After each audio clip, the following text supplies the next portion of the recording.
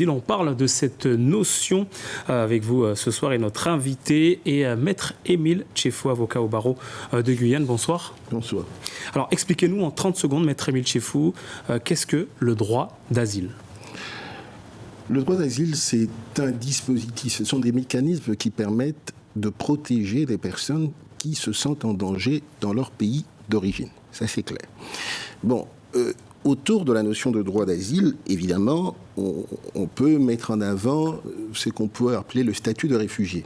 Et comme je ne voudrais pas être approximatif dans mon propos, je vais vous dire la définition qui est donnée de cette notion, une définition donc qui vient de la Convention de Genève du 28 juillet 1951, qui stipule que le terme de réfugié s'applique à toute personne craignant, avec raison d'être persécutée du fait de sa race, de sa religion, de sa nationalité, de son appartenance à un certain groupe social ou de ses opinions politiques, dès lors qu'il se trouve hors du pays dont elle a la nationalité et qui ne peut, ou du fait de cette crainte, ne peut se réclamer de la protection de ce pays, ou qui, si elle n'a pas de nationalité, se trouve hors du pays dans lequel elle avait sa résidence habituelle.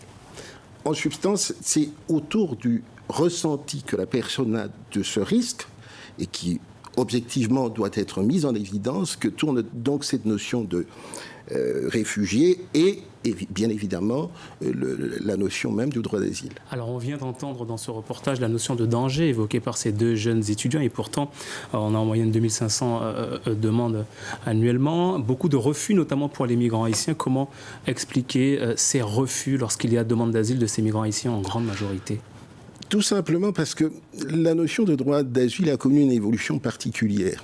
À un moment donné, on a intégré dans cette notion le concept de réfugié économique. Et c'est la raison pour laquelle on fait très attention, en tout cas les magistrats qui sont en charge de ce type de situation font très attention pour que la notion de droit d'asile, avec sa valence politique, sa consonance politique, ne soit orientée vers autre chose. Ce qui fait que, de manière plus ou moins, avec la part de subjectivité que comporte toute décision, on voit un certain nombre de refus et on voit par ailleurs des personnes qui se voient reconnaître le statut de réfugié sans toujours qu'on puisse dire que ceux qui n'ont pas eu le sésame sont nécessairement ne le méritent pas. Donc il y a quelque chose de particulier dans le fonctionnement des mécanismes d'éligibilité au statut de réfugié. Alors aujourd'hui, il y a clairement un ras-le-bol au sein de la population concernant ce dossier des migrants. Alors aujourd'hui, est-ce qu'aujourd'hui il est possible de réduire le nombre de demandes via un dispositif, un régime spécial ? C'est compliqué. Pourquoi ? Sur le plan juridique, bien sûr.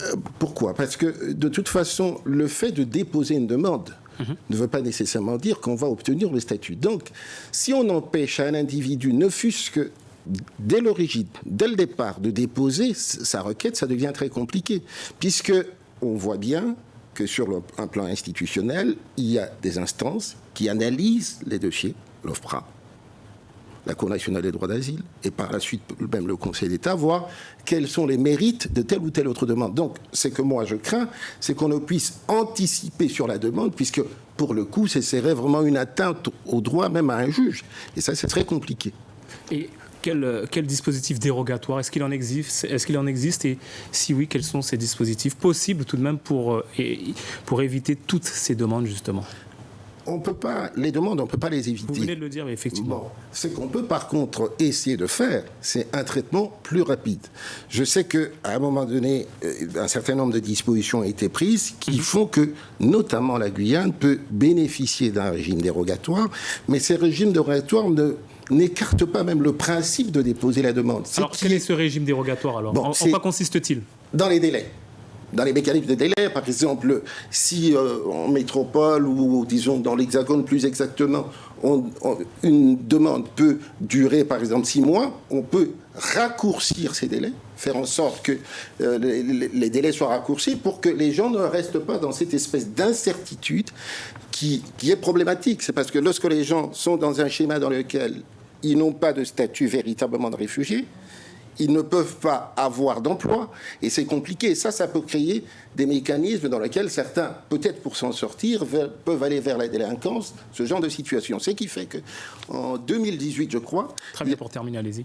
En 2018, un décret avait été mis en place et un certain nombre, une dérogation expérimentale guyanaise avait été mise en mouvement, rendue opérationnelle, et c'est ce qui permet, en Guyane en tout cas, d'accélérer le processus de traitement de dossiers. Quoi qu'il en soit. Quoi qu'il en soit, il faut bien qu'on soit rapidement, Maître Tchefou, le temps est parti. Qu'on soit clair là-dessus. Il n'est pas question de mettre en place un système tout à fait autonome, parce que certains, un confrère avait parlé d'ailleurs de gérondisation des mécanismes juridiques. Donc il faut faire attention pour ne pas s'engager dans une voie qui serait une sorte d'impasse sur le terrain de l'application des règles de droit. On retient donc la rapidité de la procédure pour vous parmi les possibilités. Merci Maître Tchefou d'avoir répondu à notre invitation.